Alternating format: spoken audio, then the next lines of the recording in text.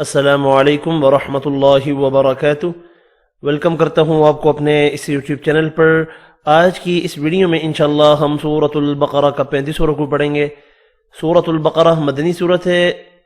ये सूरत 286 आयात और 40 रुकू पर मुश्तमिल है। आपको रिपीट करने का मौका दिया जाएगा। आपने मेरे साथ साथ इस सबक को रिपीट भी करना है। आइए इस रुकू की मश्क करते हैं। अऊज़ु बिल्लाहि मिनश शैतानिर रजीम। बिस्मिल्लाहिर रहमानिर रहीम। अलम तर इलल लज़ी हज्ज इब्राहीम फ़ी रब्बिही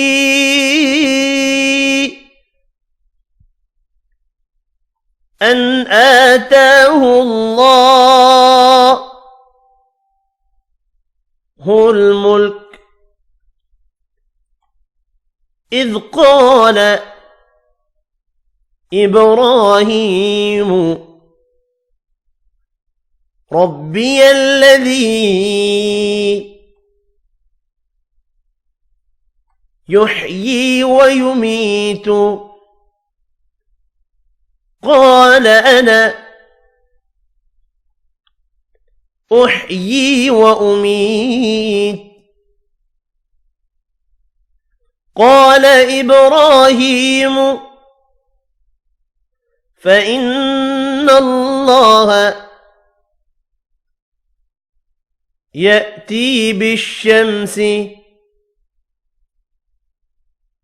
من المشرق فأت بها من المغرب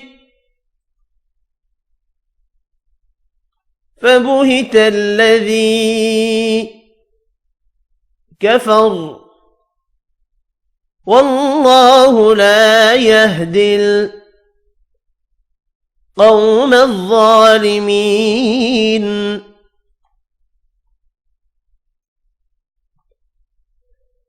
ألم تر إلى الذي حاج إبراهيم في ربه أن آتاه الله الملك إذ قال إبراهيم ربي الذي يحيي ويميت قال أنا أحيي وأميت قال إبراهيم فإن الله يأتي بالشمس من المشرق فأت بها من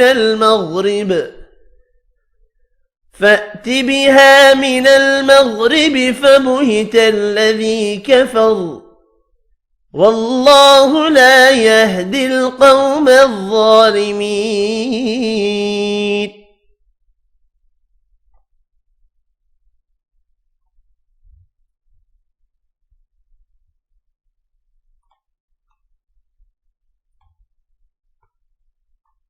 أو كالذي مر على قرية وهي خاوية على عروشها قال أنى يحيي هذه الله بعد موتها فأماته الله 100 عام ثم بعثه قال كم لبثت قال لبثت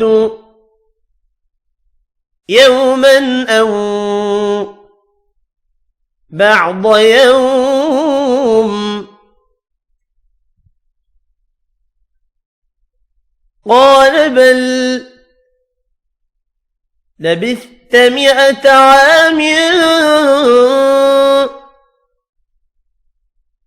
فانظر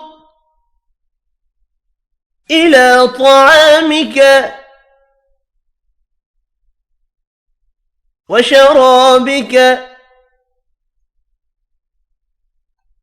لم يتسنه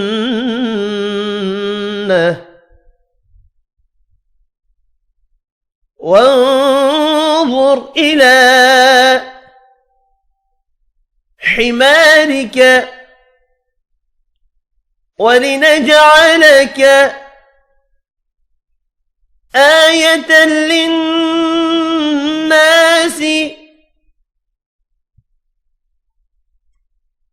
وانظر إلى العظام كيف ننشزها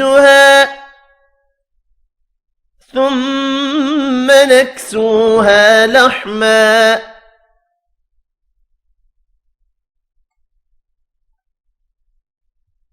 فلما تبين له قال أعلم أن الله على كل شيء قدير.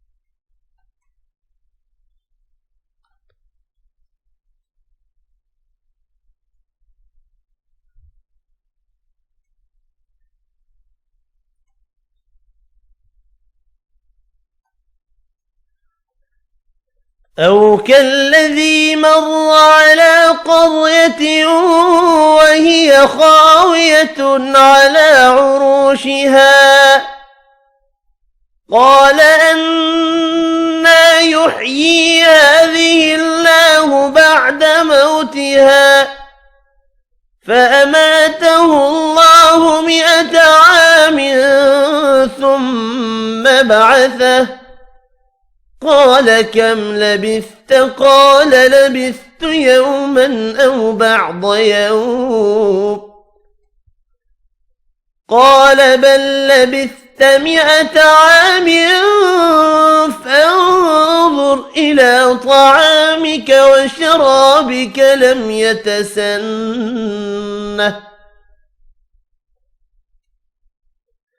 وانظر إلى حمارك ولنجعلك آية للناس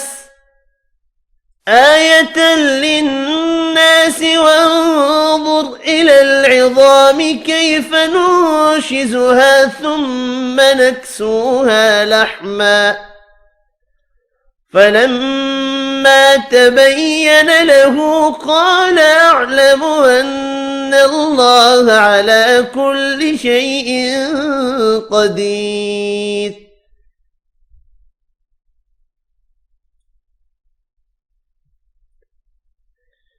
وإذ قال إبراهيم رب أرني كيف تحيي الموتى قال أولم تؤمن قال بلى ولكن ليطمئن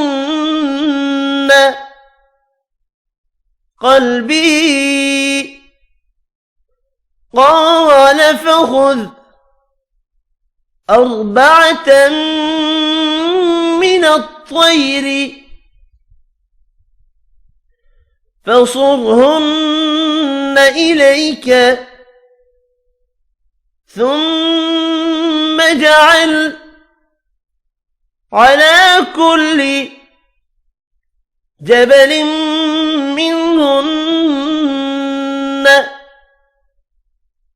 جزءا ثم ادعهن يأتينك سعيا واعلم أن الله عزيز حكيم.